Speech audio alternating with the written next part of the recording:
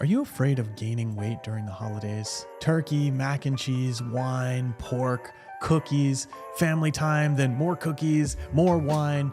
You see where I'm going with this. In this video, we're gonna go over our best tips for surviving the holidays while still enjoying your favorite food.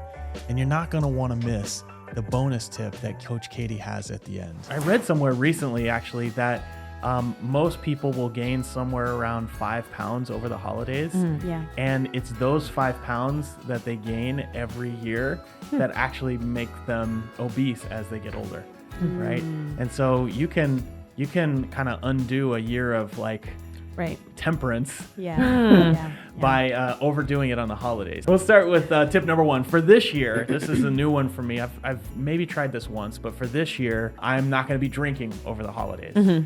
I find that I've looked back on my food logs over the last 5 years or so, and I found that every time I gonna go off, it's because I started drinking, and usually it's because of the holidays, right? And it's not like, when I say drinking, I'm talking about you might have 2 parties in a week, right? 3 parties in a week. But what happens when you have 2 parties in a week is you eat and drink during that party, and then the next day is kind of a challenge. Yeah. And then the next day for me, that's where it's really been a challenge. Yeah. And so this is the first holidays in a while where I'm just gonna not drink for the holidays. And I'm not gonna limit myself for any other food, but I found that just not drinking will tend to help me get back on track. So that's tip number 1. Nice. Is Okay. Something you can try is to not drink or cut down your drinking. Right? What about you, Katie?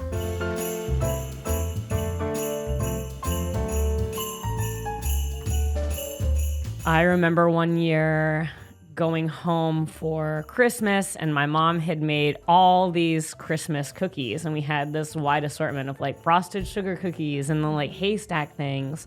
Yeah, so all these delicious treats, and I was really trying hard not to eat any of them when I would go home. And so I would go the entire day and not eat anything, and I'd just be watching everybody else eat this food, and then also feeling a little awkward because, my mom had made it.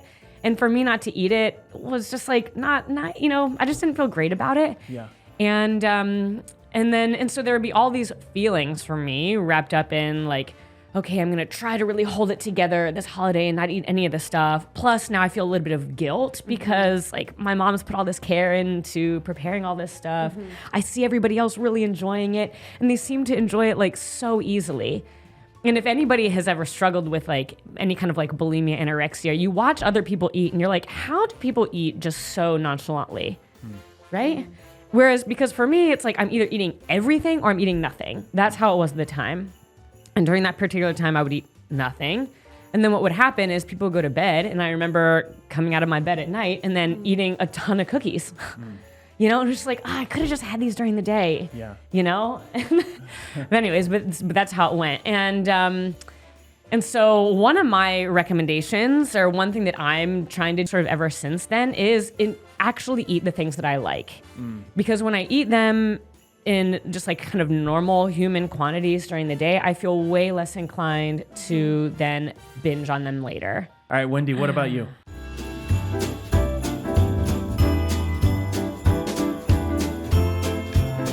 Yeah, so my tip is, and I've tried this in the past, and I think it has helped me a lot to not overdo it, that week.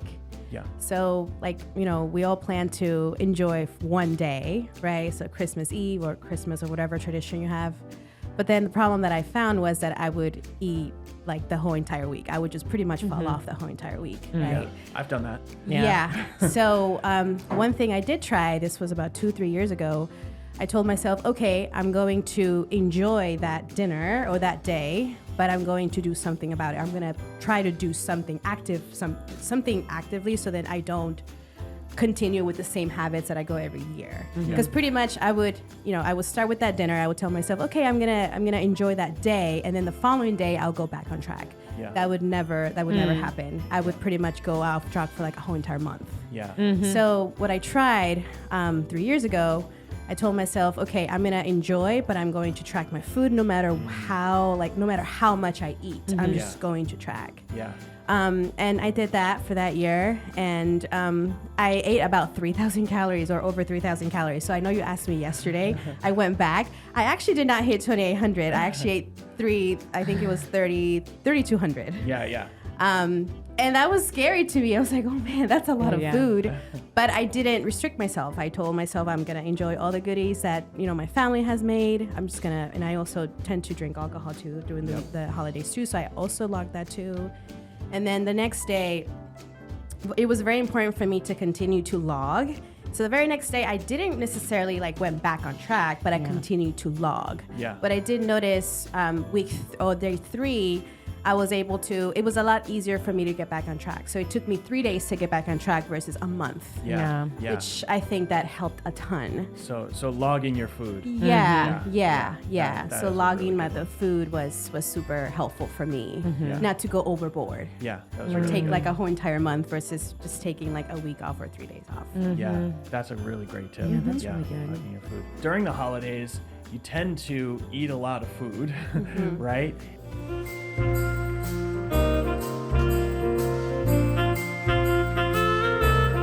And one of the things that happens when you overeat, you kind of sit around and you're, sitting around on the couch. Maybe you're watching football. It's cold outside. You don't want to do this. Yeah. So one of the things that I have found works really well for me is just working out every single day, right? It does two things. So one, it gets me active so that I'm moving. And I mean, I've done this every year. In fact, I usually work out on Christmas Day every year, right? But one is it keeps me active. The second is you actually get to burn some of that food, right? And, it's not like a one-to-one, but if you eat a ton of food and then you go and lift weights the next day, you'd be surprised. You might actually be able to lift more, Yeah. right? So I find that helps quite a bit. It's just doing some sort of activity, even if it's just a walk, right? One of the things that I found really helpful is taking a walk after a meal, right? Just a 10 or 15 minute walk, even if you're just slow and sluggish, it helps you digest the meal. It helps kind of get it through. So my biggest tip is to work out every single day through the holidays, even if you have to do it at home. Yeah. And we can get some travel workouts from the coaches. Yeah. Yep. Yeah.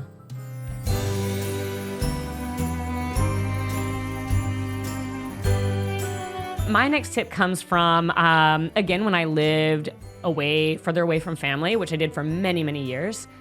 And around the holidays, there would be this intense loneliness for me because you see everybody else kind of with their families and with their partners, and I didn't have either. And especially during COVID, when I would typically go to a friend's house for Thanksgiving, and even that didn't happen. I remember one year just sitting with a bowl of food in my apartment alone having Thanksgiving. Aww. It was really, it was really sad. But even those times, going to my friends or going to somebody else's, it never quite feels the same. And so I just remember just intense feelings of loneliness. And because of that, I may do okay, but I remember again, binging on this huge Derby pie because it was just an emotional high. I feel all kinds of emotions around the holidays. And so one thing that I learned from that was connect. It really matters to connect with someone that you love on those days. Even if you're not close to them, I would Zoom with my mom, and sometimes I would Zoom with my mom and dad and I would just cry. Because I really missed there, and I'll be there in a month for Christmas, but I'm not there for this holiday that feels good. But just the act of doing that to me was enough of a release for me to feel a little bit better. And then I was way less inclined to, for me at the time, binge and purge. So that's one of my tips around the holidays. If you're someone who feels perhaps a little bit anxious or disconnected from the people that you love, just actually make the effort to reach out to them on that day.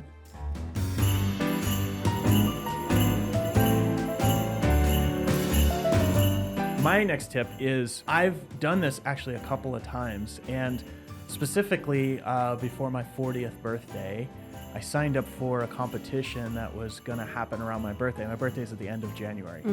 So, it's not right at the holidays, but it's close enough to the holidays where I wanted to do well in this competition, and I was going to be 40, and I'm okay. Essentially, what I noticed is when I look at my food logs for that time, is that I had a couple of days off, but it wasn't like a week off. Yeah. And then I got right back on it, and I really like focused hard, in January, and did well in the competition. So every year I come up with something to give myself stakes, right, near the holidays. Right? And Nice. I've experimented with this where it's like stakes for something right at Yeah, the holidays. yeah. That doesn't work. Like, you don't want to say, hey, I'm going to, set a PR on my 5K time Yeah. the day after Christmas. That's not great, right?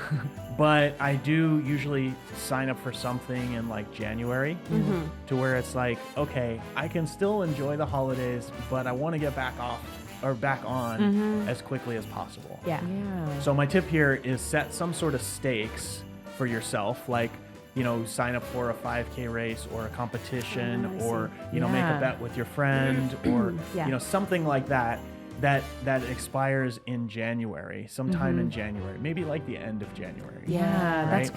good. Because like, if you know it's coming, let's say you sign up for this like now, it's like Yeah. November, right? You sign up for this now and you know it's coming. You know that you have time if you go off, but also when you're going off, you're like, I don't want to go too far off. Yeah. Yeah, yeah. You know what I mean? Yeah, you have something ahead. Yeah, exactly. good. Yeah. Like, you won't watch, every season of every show, Right.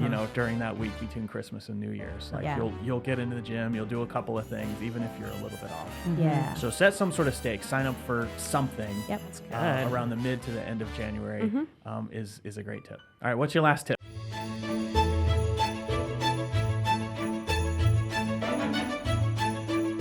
Actually, and I have to say, like, I've been in conversations with clients, and what they want to prepare for next week has been a topic of conversation. And oh, hello. And I have had so many people say, like, don't worry, I'm not going to eat much on Thanksgiving Day. Just like make room for the dinner.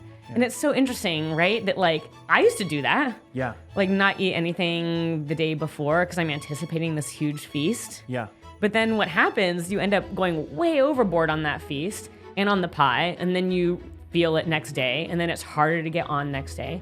And it was one of the hardest things I've done, and most counterintuitive, to eat more food during the day on Thanksgiving and Christmas Yep. Day. Prioritizing protein or hitting your protein goal, like that's not gonna happen if you leave it to dinner alone. Yeah. And so like I advise clients now, and I do the same thing. It's like I eat a legit breakfast and a legit lunch on those days, or not for having dinner early, but like I'll have a good substantial breakfast. Yeah. That's really good. Yeah. I've done that too. I've done Yeah. the thing where it's like, oh, I'm going to eat a lot. And Yeah. so I don't eat that much. Yeah. And like, you end up like a little bit snacking. Yeah. And then you just go crazy. And Totally. you're just like so full. Yeah, you totally bypass all hunger signals Yeah. or like all fullness signals because you're like, Yeah. I've been starving all day. Yeah. Yeah. Totally. Yeah. That's really good. I never thought of that one. Yeah. It's a new one. So eat normal breakfast, normal lunch, and then, have whatever you feel comfortable with Yeah. at dinner. Yeah. And this bleeds into tip 3.1 for me. Can I go okay. into Got that? a bonus tip? Bonus tip. All right, we got a bonus tip. So bonus. Extra. So the thing about that is that none of my family does that. No one else in my family eats any kind of breakfast or any kind of substantial meal on Thanksgiving Day. They take exactly that strategy and they just snack. And for a long time, I felt like I should do that too. I don't want to be the one who stands out and is doing this thing. It makes me feel odd. Yeah. And but then eventually I got over that. And part of the reason I got over it was the way I was living the other 364 days of the year, right? It's like throughout the rest of the year, I realized that like a lot of my growth around the holidays has come from just the growth that happens the rest of the year. Right. Which is like, I feel like I'm doing work that is purposeful and that's challenging me. And as a result, I have a great deal of confidence in just what I'm doing on the daily. And I feel way less inclined to follow what anybody else is doing because I feel like I don't know the answers. Yeah. And so now I can approach the holidays and other people can be doing other things, and I feel completely secure doing exactly what I know what is best for me. Right. And that could be resisting a drink when other people are trying to pressure me into having a drink. That could be resisting snacks when I'm eating a meal instead. But all these things I feel like I can do now with very little fanfare or inner turmoil because of the way I've lived the rest of my life. So this is a harder tip to execute here a week before Thanksgiving, but it's just something that I notice has made the biggest difference for me.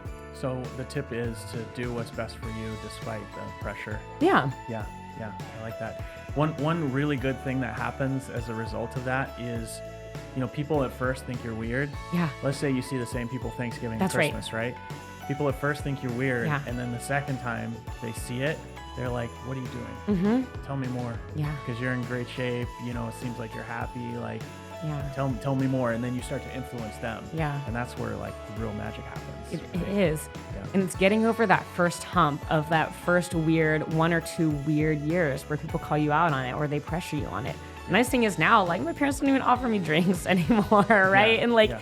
they know I'm gonna go to the gym in the morning, and it's just the norm. It's the expectation. They get it. Yeah. But like, for a long time, it was just feeling awkward doing those things and feeling there were eyes and judgment on it. Yeah, I love that. Excellent. Yeah. Well, those are was all that our all tips. your tips? Those were all that- your tips. That was great. That was Man, great. great. All right, excellent. See you next time. Bye. Bye. Thanks for tuning in. If you like this episode, we've got plenty of others. Go check out this one over here.